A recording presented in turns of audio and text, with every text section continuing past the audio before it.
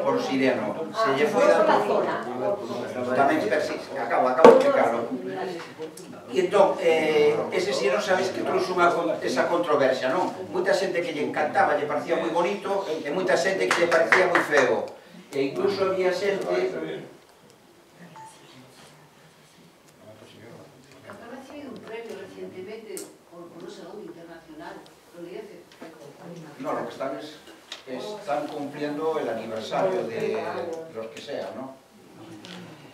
Bueno, entón, ese Sireno que representa un peixe que está lá arriba, volando tal, cando empezamos a falar de que queríamos facer un programa que significara serenidade, tranquilidade, sosiego, pois o que fixemos ese Sireno poñelo de pé.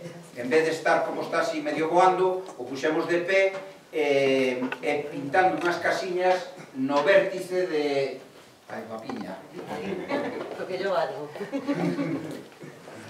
Non sei se se pode ver a imaxe do... Bueno, ahora se vería.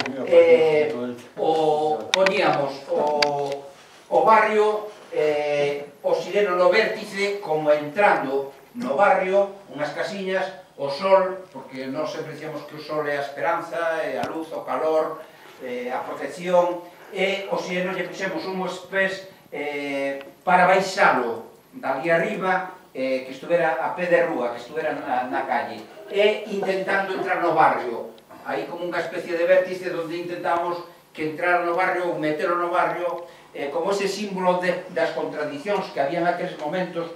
Bueno, muchas textas aquí, algunhas son novas, pero vos acordades que nos barrios había moitas manifestacións, concentracións, loitando contra as persoas que se drogaban, que consumían drogas por vía intravenosa, porque había conflitos, delictos, bueno, todo isto.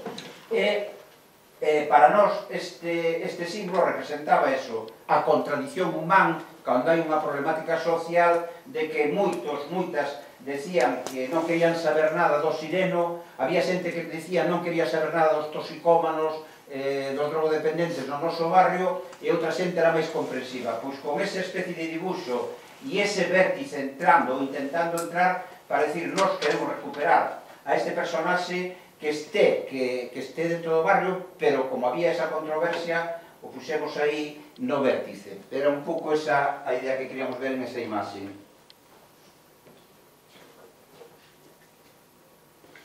Decíamos, entonces, este programa Salud do Cascovello é un programa sociosanitario, sociocomunitario, socioeducativo de intervención a pé de rúa entre iguales, profesionales, voluntarios, usando coñecidas técnicas de dinámicas grupales e coa intención de observar o acompañamento do tecido social do barrio, céntrase nas persoas que padecen patoloxías aditivas, VIH-Sida, enfermos mentales, prostitutas, persoas con antecedentes penales, persoas sin teito, persoas maiores solas, inmigrantes, todas elas nun contexto de pobreza crónica ou sobrevenida, que non cubren as súas necesidades básicas e que son vítimas do rexeitamento social e a estigmatización e a porofobia.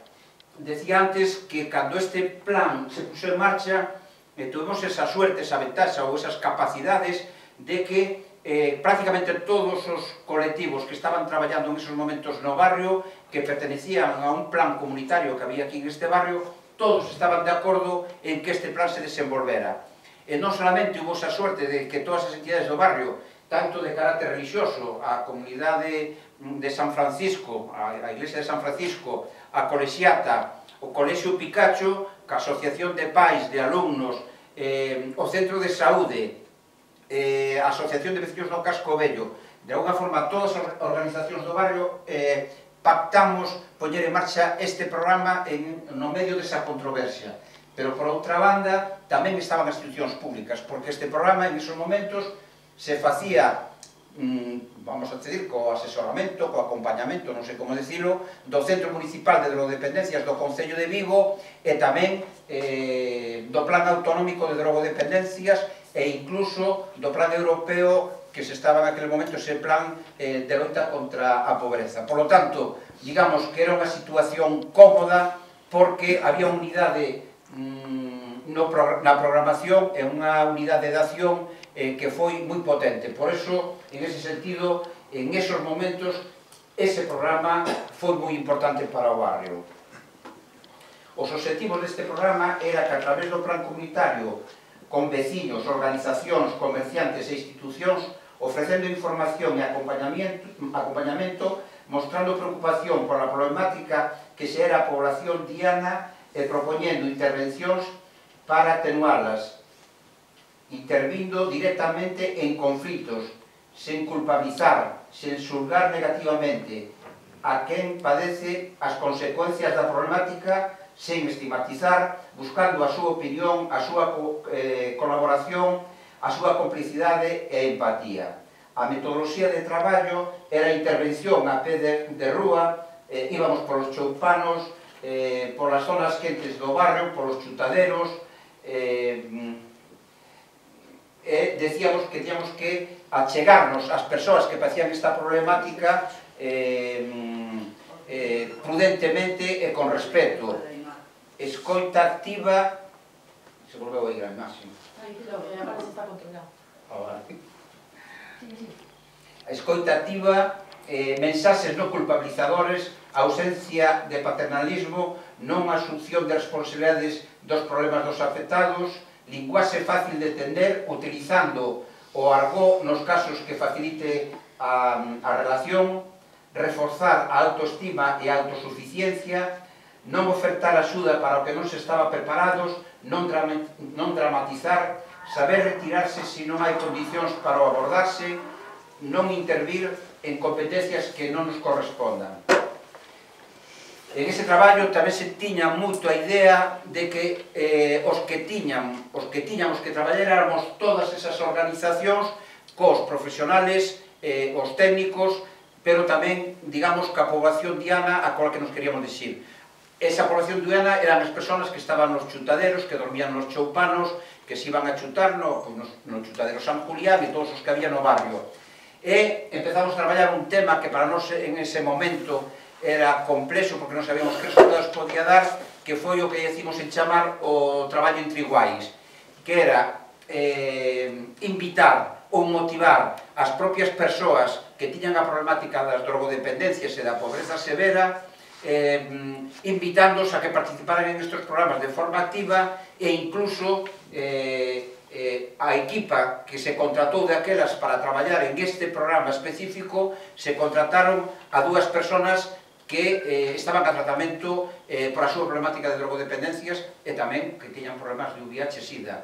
E, por lo tanto, esa forma de actuar que ao principio nos parecía complexa, que a nivel das institucións nos dicían que fóramos prudentes, que tuviéramos cuidado, que había un certo medo a que a experiencia pudera salir mal ou que pudera ser problemática, e, sin embargo, comprobouse en pouco tempo que o traballo entre iguais, cando están acompañados por profesionales formando un equipo ou unha equipa e por outras organizacións, esas persoas se integran totalmente e son ou foron fundamentales. Cando nos achegábamos ao principio, cando empezamos a poñer o programa en marcha, íbamos ás choupanas, empezamos a facendo por a noite, íbamos cunhas bolsas, con os termos, con preservativos, con chutas, con todo isto que se leva un programa destos de reducción de danos, e o feito de ir acompañados por persoas coñecidas por eles mesmos, pois a verdad que eso facilitou a comunicación moito e moi ben. De forma que aos propios profesionales se nos abría a porta a esa colaboración. Algunhas veces, cando veían que chegábamos ao chutadero San Xulián, algunhas veces a limpiar as chutas que había por ali, e a repartir, a ofrecer o café, os pequenos desayunos que damos en esos entornos, ao verlos moitas veces chamaba a atención. Por exemplo, se me veían a mí, Antón, que son terapeuta en Cedro, decía, joder, que fai aquí Antón? Aparte me estou chutando, meu terapeuta me está vendo chutar. Como un pouco ese medo a que lle vayas a reñir, que vayas a darlle un discurso, que vayas a crearlle problemas. Ese acompañamento de ir con persoas que tamén se chutaban, que tamén tiñan a mesma problemática, facía co encontro en esa población, en ese momento tan sufridora, porque o colectivo Imán, cando se puxo en marcha, cando empezamos a traballar ao principio e antes de poñer en marcha o programa Sereos do Casco Vello, este programa empezou como un programa fundamentalmente de preparación para a morte e para o duelo. As enfermedades producidas polas drogodependencias crearon unha problemática tan gorda que había personas que se infectaban inmediatamente do VIH-Sida, de aquelas sabedes que agora eso evolucionou para ben muitísimo, os antirretrovirales eran moi pouco eficaces, tiñan efectos secundarios moitas veces que axudaban a acelerar incluso o problema hacia a propia morte, e había personas que desde que se infectaban hasta que acababan xa empeorando nunha evidente empeoramento físico e psicolóxico, acababan morrendo un pouco tempo. Bueno, pois este grupo empezou traballando desa maneira. A xente tiña medo, era xente moi nova, nunca se habían enfrentado a unha situación dunha morte prematura, veían como compañeras e compañeros deles iban caíndo sistemáticamente e había ese medo de decir, yo no voy a soportar esto, yo me quito del medio, bueno, este lenguaje de las personas desesperadas y muy jóvenes por otro lado, ¿no? Entón, en ese sentido, en esos momentos empezamos traballando así. Sin embargo, desde esa situación, eu creo que encontramos esa vía de decir, non podemos estar sempre pensando que esta enfermedad nos vai a levar a morte, senón temos algunha forma de alargar a vida. Como podemos facer? E iso foi o que nos foi dando todo este camiño de posibilidades máis vitalistas, non?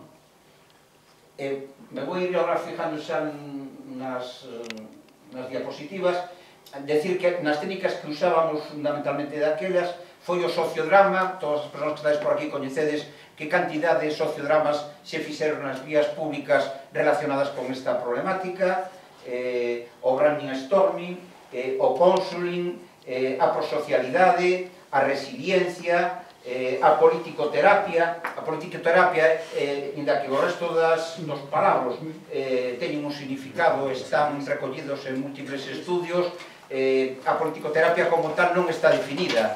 Sin embargo, nós entendimos en esos momentos que tiñamos que falar das carencias que había, e esas carencias nos tiñan que facer que tiñamos que sí ou sí participar en política, e esa participación sociopolítica fixo que se fora desenvolvendo toda unha forma de entender que a participación política para transformar a sociedade se convertiu en un instrumento terapéutico. E isto se pode ir vendo na medida en que estes programas pudo ir desenvolvendo toda unha serie de actividades que na súa época, cando Cedro era un centro aillado, sabíades que incluso os veciños non querían que Cedro estuvera na calle Primero Uruguai, despois en donde estábamos, había manifestacións, concentracións, e, sin embargo, a través de todas estas dinámicas sociocomunitarias conseguiuse precisamente que este programa fora moi recoñecido socialmente e que non solamente fora un programa de traballo na zona do Casco Vello, sino que era un programa que de alguma maneira estaba presente en toda a sociedade de Vigo, non? Aí temos, por exemplo, un día que habíamos tido un peche na parroquia Cristo da Vitoria en relación con unha actividade tamén onde pedíamos metadona para as prisións, e ao rematar esa concentración o rapaz que está aí ao medio, Agustín, estaba de cumpleanos. E nos fomos ao propio hospital e nos deixaron estar con el e facer ali o cumpleanos.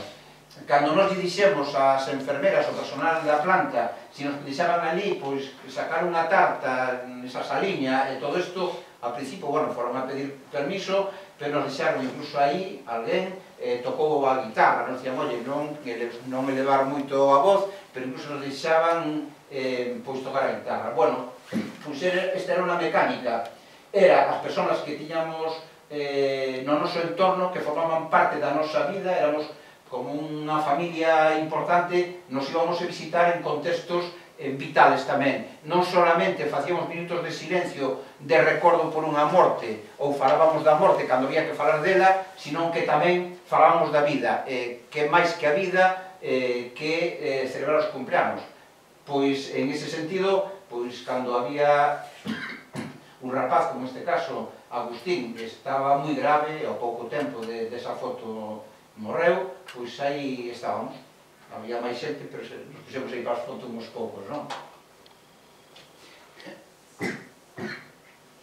Dentro desas ganas de intervir en todo, non solamente falar continuamente de drogodependencias, de chutas sí, chutas no, por vía intravenosa, fumado, enfermedades, consecuencias, metadona sí, metadona non, todo aquelo que nos consideramos que en un momento determinado tiña importancia, o poñemos en marcha. E así, poñíamos o Día Internacional da Non Violencia e a Paz, fixemos unha intervención tamén, que eu creo que en este local, non? A mí parece que este local. Sí. Bueno, e aquí, no Día Internacional da Non Violencia e a Paz, daquelas, aí na barrio de Churruca, había habido unha pelea, había habido un morto, había un escándalo bastante grande da violencia que se generaban en algúns barrios, non? E por aí andaba algún dos nosos compañeiros de batallas, non? E decidimos facer un taller sobre a importancia que tiña cando sales de noite a divertirte, a pasear en zonas quentes, en zonas conflictivas, de levar ou non levar unha navalla no bolsillo. E, bueno, se fixeron uns talleres e, ao final, se fixo unha recollida simbólica de navallas, que toda a xente dicindo, yo ya non salgo máis con navajas. Se explicaban en esos talleres que non é o mismo que se estás en unha zona quente, conflictiva, e hai unha pelea e acaba vendo uns bofetóns, non é o mismo que hai uns bofetóns que non que alguén, como ten unha navalla no bolsillo, a saca e de uns bofetóns pode pasar a un acto moi grave. Bueno, pois se aproveitaba o Día Internacional pola Paz e se facía pois un taller relacionado con isto. Navallas que están de recordo de aquela recollida de navallas que se fixera ali en Cedro. Pasamos a seguinte. Mirad, isto habíamos feito unha especie de encontro, sí, podemos chamar de encontro, tamén das persoas sin teito, bueno, aí vedes a xente conocida, está Juan, o párroco da parroquia de Victoria, e por aí estaba outro da congregación de Juan, que veu de Madrid, e, bueno, se fixo un encontro que había un número importante de persoas sin fogar e técnicos e profesionales que nos encontramos en ese encontro. Unha pequena anécdota para que vexades como daquelas estaban as cousas. Nós queríamos facer unha comida nun restaurante desta zona, non? Para buscar ese restaurante, claro, nos dicíamos, bueno, vamos a vir aquí un grupo de persoas e entre elas van a vir persoas das que vedes por aquí polo barrio, que andan por aquí un pouco tiradas e tal. Queremos decírvoslo porque non queremos chegar aquí que nos fagades un feo ou que nos digades a alguén ti non entras porque me fixeches ou andas por aquí por Mesellá. Bueno, pois a verdade que nos costou moito porque cando lle decíamos que íbamos a facer unha comida ao mediodía neste encontro, pois nos decían, no, aquí no, en este restaurante no, porque yo aquí non quero que entren os toxicómanos. E, sin embargo, un que ao final nos dixo que sí, que nos pedía por favor, que non tuvera ningún conflito, ningún problema. Simplemente decir que despois de haber comido ali un número moi importante de xente, o señor quedou alucinado.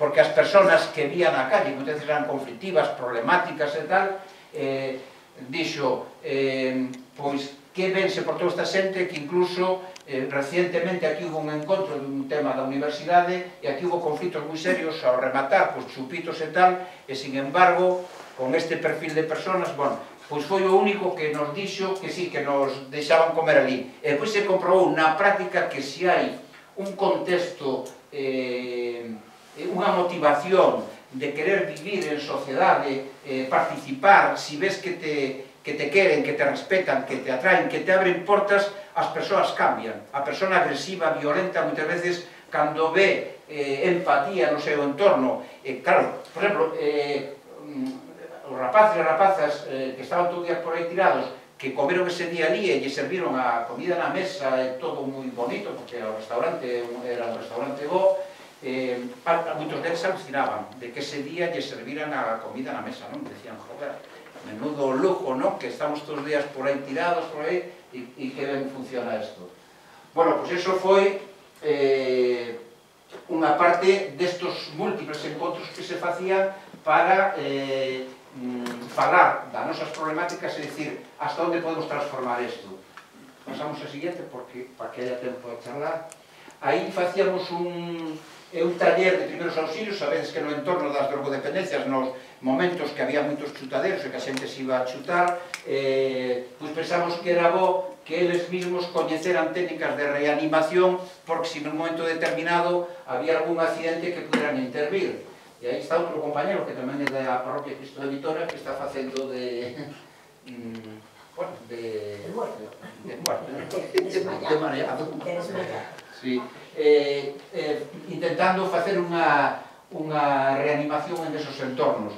Bueno, pois eso tamén decir que no chutadero San Julián era unha zona onde ali iban moita xente a chutarse, había chutas por chan. Sabedes que moitos toxicómanos cando están en síndrome de abstinencia pasan o mono, que algunhas veces antes de chutarse ou en ese entorno están tan nerviosos, están tan tal que teñen unha descomposición e falando en plata cagan ali.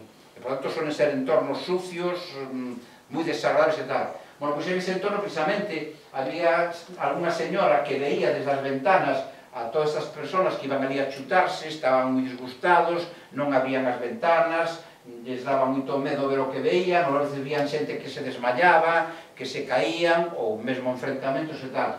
Bueno, pois esas persoas que veían todo eso e que nos decían, no, yo cada vez que los veo aí e veo que alguno se marea, llamo a la policía. E dicíamos, mire, pero para que llama a la policía? Si ve que alguien se marea, esa persona non necesita a la policía, necesita unha ambulancia. Bueno, pois esa persona do barrio se convertiu en unha auténtica colaboradora que na máis mínima que vía que alguén se empezaba a marear, nos lle explicamos como podían ser os síntomas deses mareos, e ela enseguida chamaba unha ambulancia, recollía chutas e incluso nos chegou a pedir para telas na casa e algunas veces ela misma llas ofrecía ás persoas que iban a ese chutadero, non? Bueno,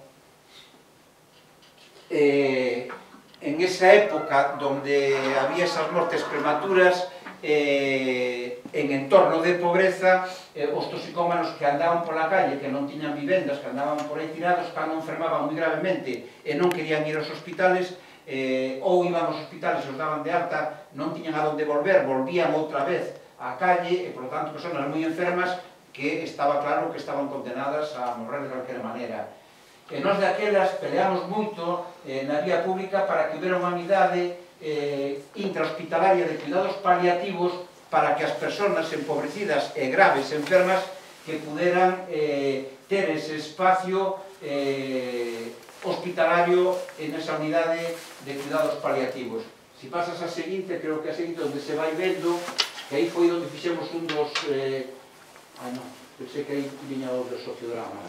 En estas imaxes, por exemplo, aí hai unha pedra funeraria en Castrelos que en latín antigo que dice fai agora o que quixeras ter feito cando morras. Bueno, pois esa despois de haberlle pedido a unha persona que entende desas cousas que traduxo dese latín antigo ese texto, como todos os anos morrían moitas persoas do noso contexto, do noso entorno, o que fixemos foi telo como punto de referencia, porque non podíamos ir aos cementerios onde había xente espallada da que iba morrendo, pois decidimos ir todos os anos ao Día de Difuntos e facer un homenaxe, un recordo sentido ás persoas que finaran a causa do VIH-Sida, das patoloxías aditivas ou por vis inteito, en definitiva, de pobreza, non? Isto aquí é unha entrega de premios durante un tempo tamén dentro desas ganas de estar na sociedade, de participar activamente en todo aquilo que podíamos, pusemos en marcha unhos concursos literarios e de poesía sobre a SIDA, que dio como consecuencia de que todos esos relatos que se habían premiado durante anos acabamos publicando un libro, que é a portada do libro, onde están recollidas todas os premiados, tanto accesis como primeiros, segundos e terceiros premios. Víades aí, na anterior, que na entrega de premios se facía, pois aí, era en Caixa Nova. Vedes que é un contexto, intentábamos buscar sitios os máis luxosos, se podíamos, estar en contextos totalmente socializados, socializables, e pedíamos estos locales, e a verdade que daquelas tiñamos tanta forza, tanta enerxía, tanta ilusión, tanta unidade de acción e tan claros os objetivos que a verdade que as cousas non salían ben. Temos que dicirlo así, non salían ben porque había esa enerxía e todos tiramos hacia o mismo. Entonces conseguíamos cousas que non era moi fácil porque que te deixen o salón este de actos daquelas non se chamaba como era banca, non me acordo como se chamaba, Caixa Nova. Dentro dese traballo preventivo hubo algún ano que fixemos incluso no Antroido unha comparsa que chamamos os caracondóns.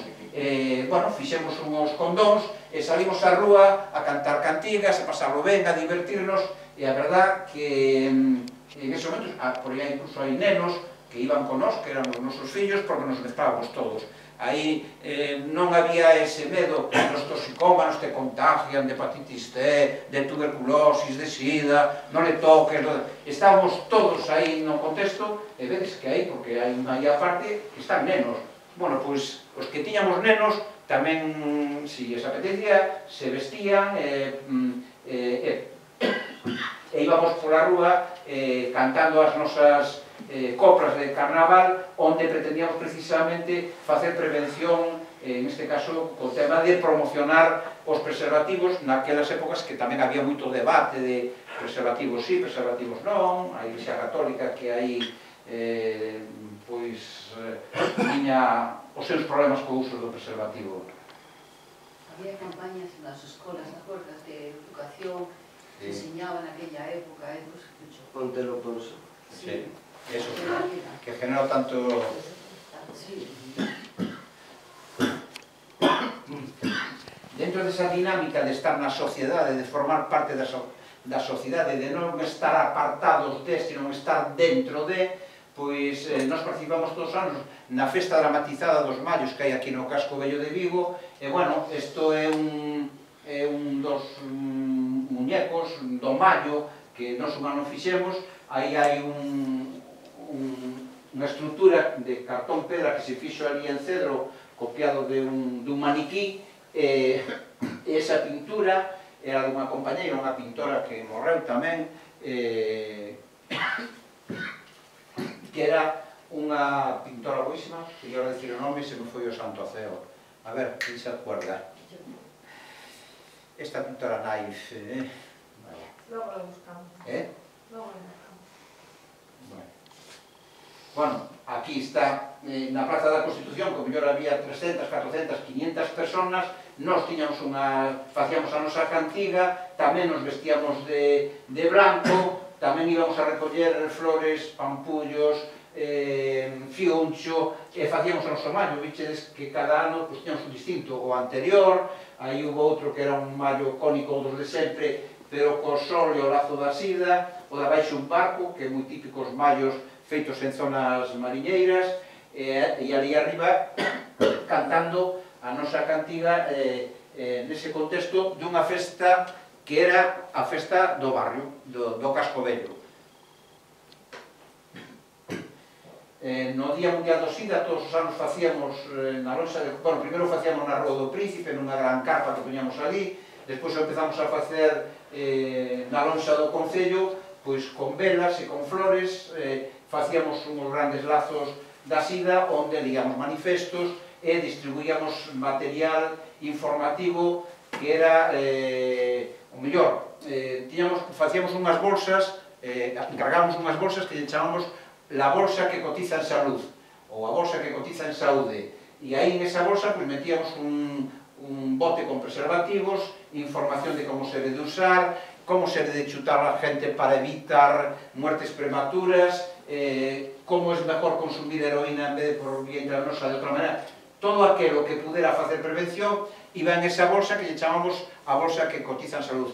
Alguns dices aí ca cabeza porque varios anos estábamos ali na lonxa repartindo esas bolsas, e a verdad que chegamos a repartir algún ano na lonxa do Concello 1500 bolsas que cotizan en saúde, e de verdad cotizaban en saúde.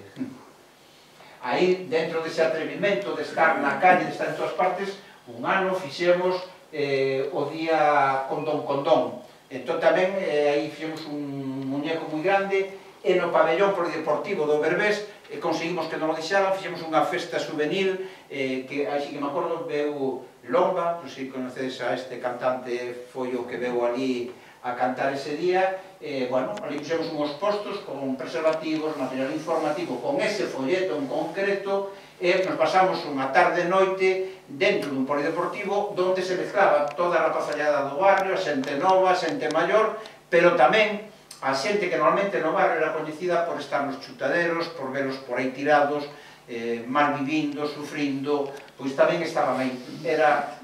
Foi unha época, a verdad, que foi milagrosa, porque nos mezclábamos nun contexto de dureza social, onde había un rexeitamento moi grande, pero por lo que fora, eu ainda non sei, porque as cousas aí tamén, que en ese contexto, en ese entorno, a verdad que había un ambiente de complicidade importante, non?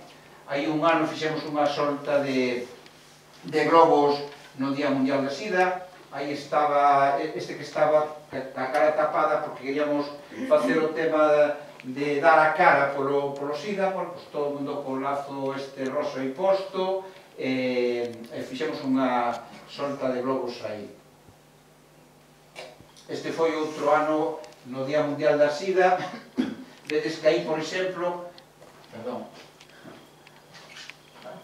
se pode apagar? Aquí, por exemplo, unhas rapazas fixeron unha danza con un lazo de sida, facendo o lazo de distintas maneiras, a través da música, e foron facendo, bueno, foron facendo esa danza, que foi, a verdad, que foi emocionante, non? Aquí estaba a bolsa, esta que dicíamos a bolsa que cotiza en saúde. Que me tapas? Ai, te tapo. Ali, en aquelas, ali está, dentro do lazo ese tan grande, que sabedes que no medio está formado por flores, claveles rosos e con velas, non? E aí facíamos un sociodrama onde precisamente Charo, nos anunciamos por Charito, que traballaba en Sereos do Casco Vello, que ahora traballa no albergue municipal, pasou de ali para este traballo, que empezou con nos a problemática que ela mesma recoñeceu toda a vida, e a coñecimos, bueno, xa coñecíamos antes por ser doente do noso centro, pero porque un día que estábamos facendo unha recollida de material de inyección que tiraban cerca de Cedro, ali nun escampado, ela quiso axudarnos, era unha pendiente e caíu, porque estaban mal, ela estaba moi mal, non? Bueno, pois esa muller foi unha das grandes descubrimentos da importancia do traballo entre iguais, que as persoas que padecen problemas, por moi graves que sean, por moi destructivos que sean, cando lles ofreces camiños de integración, moitas veces, non sempre por desgracia, pero moitas veces se acaba conseguindo situacións, a verdad, que moi importantes. Bueno, pois aí ese día facía un pequeno sociodrama, aí no medio, donde Charito, a Anita, lle daba un café dentro dos programas que decíamos de Calor Café, non? Bueno. No, justo porque se te acaba el tiempo. Se acaba. Ah, bueno, pues veña, sí, ven. Sabedes que daquelas había un problema gravísimo, que era que os doentes que estaban a tratamentos con metadona nos centros de drogodependencias, cando eran detidos, chegaban ás comisarías e non lle daban sustitutivos, o cual se comían un mono increíble. Ao comerse un mono increíble, estar en síndrome de abstinencia moi potente, perdes a vontade e a capacidade de decir que non, e moitas veces, ante os interrogatorios da policía, acababan cantando por soleares. Non solamente o que fixeron, sino tamén o que non habían feito, porque canto antes estaban deseando que os levaran os médicos para aliviarlle con algún tratamento, porque o síndrome de abstinencia, a verdad que é insoportable, non? Bueno, pois, non se daba metadona nas prisións, de forma que unha persona, aquí en Vigo, pero en Vigo, en Coruña, tal, estaba tomando metadona nun centro de drogodependencias, e polo feito de entrar en prisión, ese medicamento, que era un medicamento recetado por un médico, en prisión non o podía tomar. de forma que esa persona, ademais do castigo de entrar na cadea, estaba en síndrome de abstinencia. E comerse un síndrome de abstinencia, un mono, en unha prisión é un tema indeseable, é un tema de un sufrimento moi extremo. Bueno, pois, fixemos moitas... o deixes aquí, Saramago, para que podamos falar, fixemos moitos encontros diante da cadea de Vigo para que se dira metadona nas prisións, e acabou tamén conseguindo que se dira metadona en prisións. Este era o que dicía antes, de cando facíamos sociodramas na rúa, vedes aí, diante do marco, aí, cando estamos pedindo a unidade de cuidados paliativos, fixéramos este sociodrama, donde montábamos nós esa especie de habitación que era unha unidade de cuidados paliativos, e donde nos iban traíndo a unha persona, íbamos poñendo distintos nombres, Hospital Meixoeiro, Hospital Nicolás Peña, en todas as partes a este meco que había aquí, non era admitido en ningún sitio, porque daquelas, claro, os hospitales ya no, esta persona no tiene por qué estar en el hospital porque no hay tratamientos curativos, y como non había unidades de cuidados paliativos, bueno, pois conseguimos que aquí en Vigo houbera unha unidade de cuidados paliativos que foi unha das primeras que houve en Galicia e unha das primeras do Estado español. E foi por a constancia, bueno, aí está parte dese sociodrama, donde con ese meco fomos representando na Rúa do Príncipe, e claro, representar isto que as propias persoas afectadas por este problema ten un contido moi importante, porque antes de chegar aí tens que ensayar unha mil veces. E, por tanto, cando ensayas, te encontras varios días nun local, tomas café xuntos, falas, te enfadas, repites, non te sale, te pos nervioso. Bueno, esa convivencia, esa empatía, ese sentirse parte desa transformación social, a verdad que fixo que moitas persoas se sentiran, inda que despois volveran a ter recaídas, volveran para atrás. E tamén é certo que a morte prematura deixou moita xente no camiño, sí que polo menos o tempo que puderon participar deste contexto, deste traballo comunitario, pois tiña unha importancia moi grande. Nos con bueno, isto era no 8 de marzo, un ano, o Concello de Vigo tiña este cartazo destos pés bonitos, non? E nos aí, precisamente da Anita, da que estaba allí, hicimos esa foto dicindo un pouco a riqueza do cartazo do Concello, do tema do 8 de marzo, e nos dicíamos, por un lado, canto glamour e por outro lado, canto sufrimento destas persoas que tiñan os pés así, esos calcetines, que por eso no programa Seres do Casco Vello tiñamos un lavapés para que a xente chegara allí, se quixera, se lavara os pés, se cambiara uns calcetins limpos, se botara uns polvos talco para aliviar andar todo o día por aí tirados. Isto foi outra das reivindicacións, a saúde bucodental. Ben sabedes que os problemas de drogodependencias trae como consecuencia a perda de pezas dentales.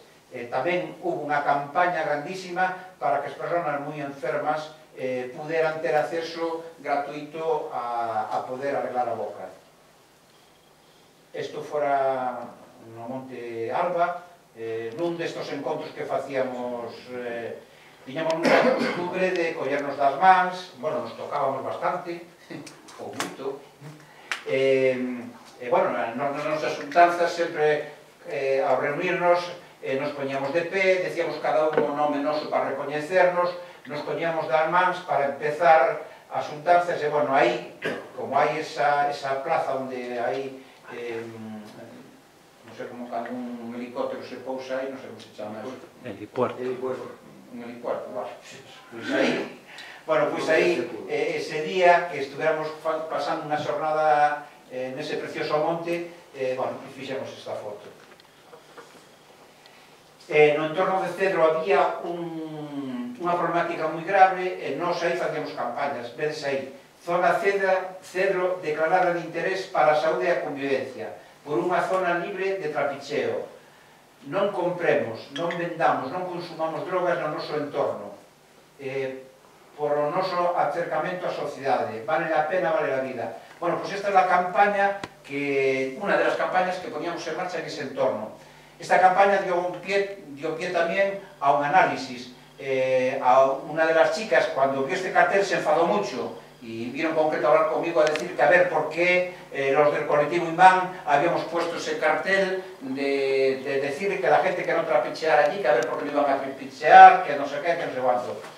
Y dije, bueno, estamos intentando que aquí no venga todos los días la policía, que no vengan los vecinos, tener un entorno tal, y si tú estás vendiendo algo, no lo hagas en este entorno para evitar la presión policial, la mala imagen, la estigmatización, etc.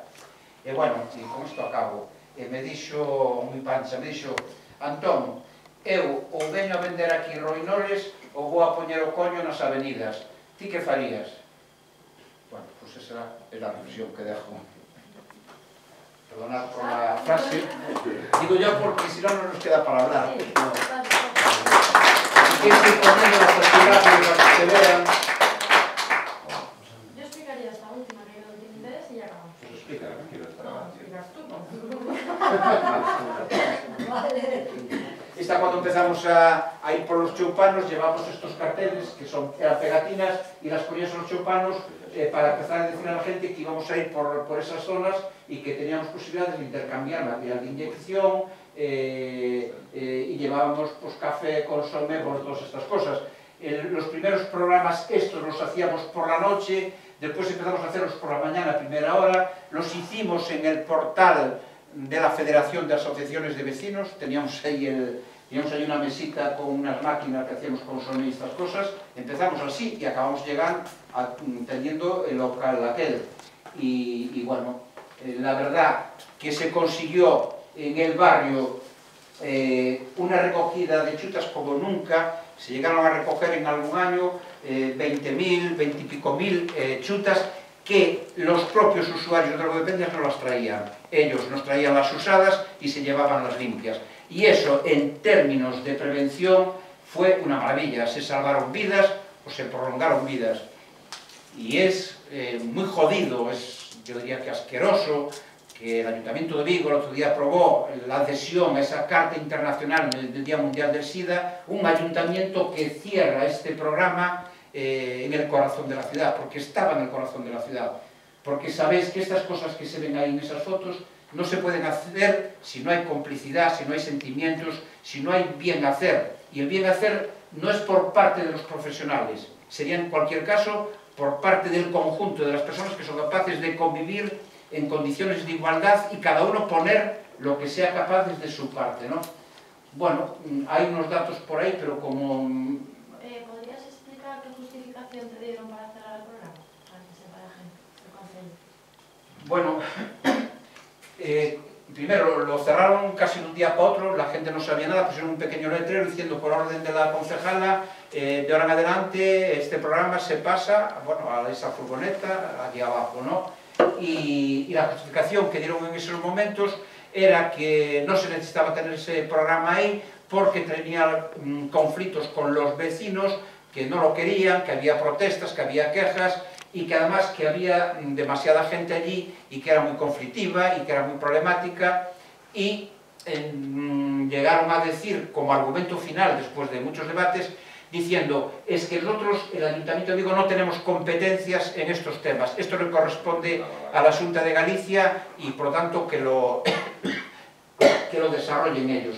Y que económicamente no había medios económicos para seguir manteniendo este programa, que era un auténtico regalo que le hacían los voluntarios a la Administración, porque era cierto que teníamos contratados a profesionales y de los que llamábamos agentes de salud entre iguales, muy pocos, pero el gran trabajo lo hacían los voluntarios. Y los voluntarios eran los propios usuarios de drogas, los vecinos, y en este caso se fue Diego, que estaba ahí, pero la comunidad parroquial Cristo de la Victoria, que tenía un número importante de voluntarios cualificados que venían todos los días a este programa, que habría de mañana y de tarde, y dijeron que era una cuestión económica, cuando era un programa que la sociedad le regalaba a la administración pública, porque sí que es competencia municipal y autonómica y estatal el poner y el desarrollar estos programas.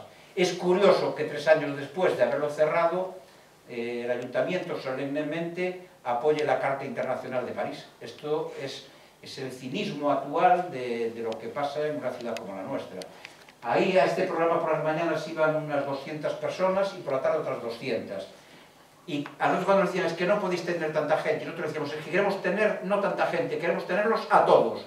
Queremos ser muchos, porque tenemos que animarnos, y queremos decir que somos muchos, y que somos muy importantes, que somos tan importantes como la Asociación de Vecinos, como la Parroquia de San Francisco, como todos estos movimientos que hay en el barrio, también nosotros somos muy importantes. Y si todo el mundo, de alguna manera, cuando trabaja por alguna causa, quiere tener al conjunto, nosotros también decíamos que sí, que no queríamos tener a menos, es más, queríamos tener a más. Y si había mucha gente, que ya buscaríamos fórmulas para que, en la medida en que había conflictos, porque sí que había conflictos, me acuerdo que en algunas ocasiones nos iba por allí la policía, se ponían por ahí en esas escalinatas, algunas veces con no una actitud demasiado buena, vamos a decirlo así, y pidiéramos una entrevista con el subdelegado del gobierno y con el jefe de policías de aquí de Vigo. Y cuando fuimos a hablar con ellos, a sentarnos y a explicarle un poco lo que estaba pasando ahí y tal, decíamos, bueno, ¿vosotros qué pedís? Dijimos, pues nosotros lo que vamos a pedir es que por favor no vayan allí, que nos dejen a nosotros. Nosotros, entre nosotros, resolvemos los conflictos y los problemas. Y nos dijo el inspector, es la primera vez en esta ciudad que alguien nos viene a pedir que la policía se vaya de su barrio. Pues esa era un poco la contradicción de que según cómo trabajes y lo que quieras, buscas una cosa, buscas la otra, buscas la represión, buscas tal, o buscas que los conflictos entre iguales se pueden resolver siempre que se quiera, ¿no?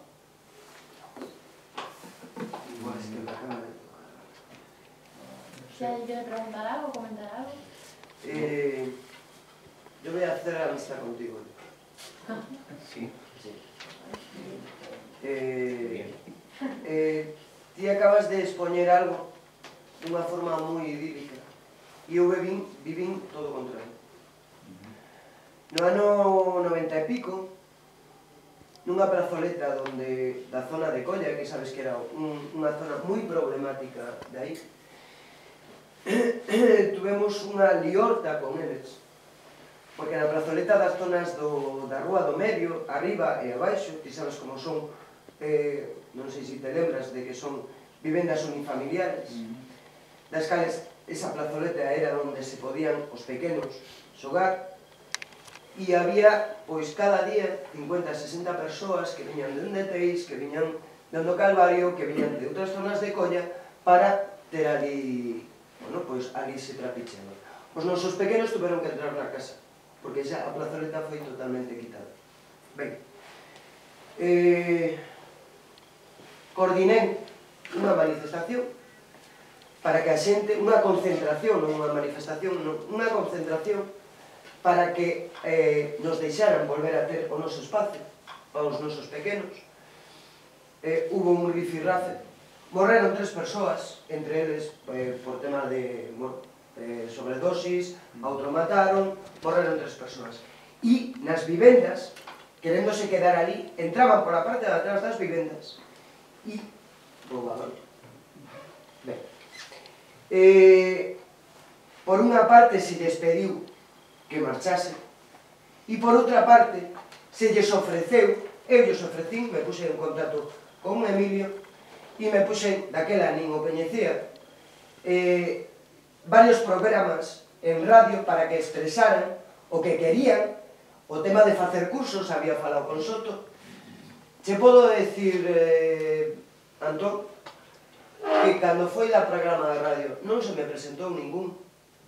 Cando falei coa xente do INEM en Vigo para solicitar cursos, non se me presentou ningún. O único que se me presentou foron 2 deles para que lle cuidara aos pequenos porque estaban en situación de tiñan mono. E nada máis. Tiras unha versión da parte idílica e eu dou unha versión de unha zona con moito sufrimento por o que hubo que pasar ali. Viu Carmen Avendaño, viu o comisario xefe da policía, hubo reunións de todo tipo. Por unha parte, para que esa zona quedara para xente que estábamos por ali, para que os pequenos poderan seguir xogando, porque era imposible. Era imposible.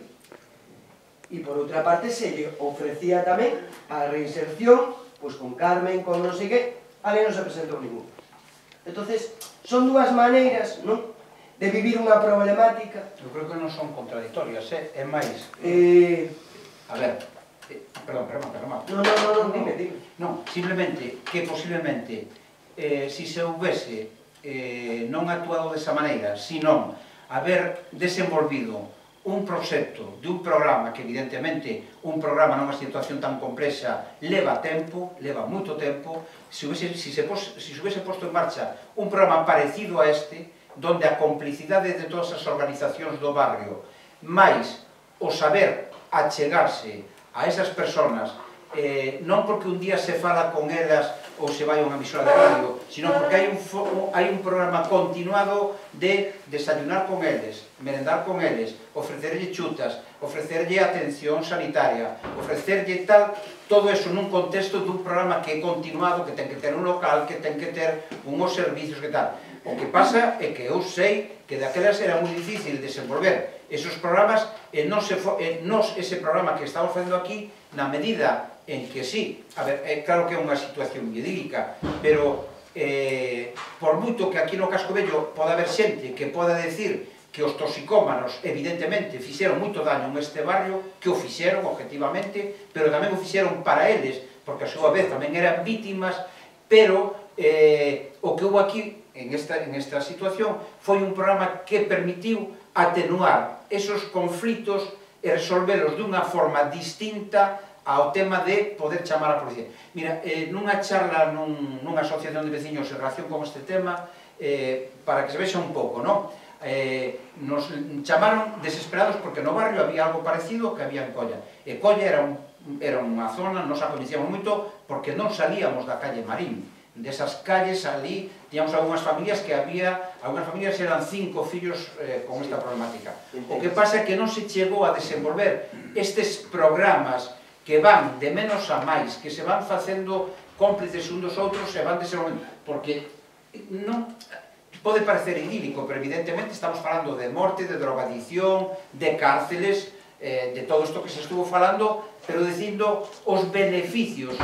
De feito, gracias a estos programas, e por moito que algunha xente diga que se acabou, ou bueno, que se atenuou a prometa das drogadiccións polo tema da loita contra o narcotráfico, de eso nada. Foi por os programas desenvolvidos de sustitutivos que permitiron que a xente que antes, para conseguir a súa sustancia, tiñan que trapichear. O problema é que estes programas non se desenvolveron, e para desenvolver tuvo que ser unha enerxía vital de unha unidade de moitos que coincidimos, ou esa suerte de coincidir, en que había formas de traballar distintas a esas.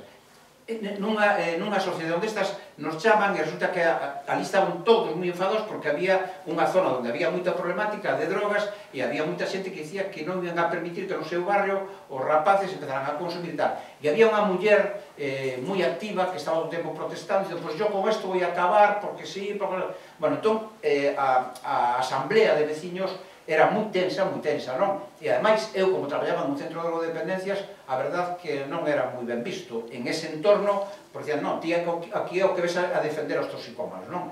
Pero en definitiva, eu a esa señora que era a que máis protestaba, yo decía, bueno, el problema suyo en concreto que es, decía, bueno, pues que yo enfrente de mi casa hay una familia que la hija, que es muy joven, vende drogas y todo el mundo lo sabemos, y aquí viene la policía y nos la lleva y no la detiene, bueno, ella cuando hay una historia negra y tal, y yo dije, bueno, pues venga, vamos a ver, vamos a encontrar entre todos cómo podemos atenuar esa situación, y la invité a que saliera allí a la mesa y le dije, mire, usted piense en estos momentos que aquí todos por unanimidad la elegimos como su delegada del gobierno en la provincia de Pontevedra.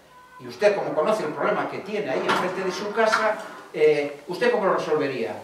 Y ella ahí seguida dijo, bueno, pues yo mandaría unos policías de... Y ella hizo allí una exposición, ¿no? Mandaría unos policías de paisano, todo tal, hasta que llegaría un día en casa y le encontraría toda la heroína que tiene allí, no sé qué, ella dio allí sus explicaciones, la detendría y la metería en la cárcel y no volvería a salir, porque ella estaba muy caliente.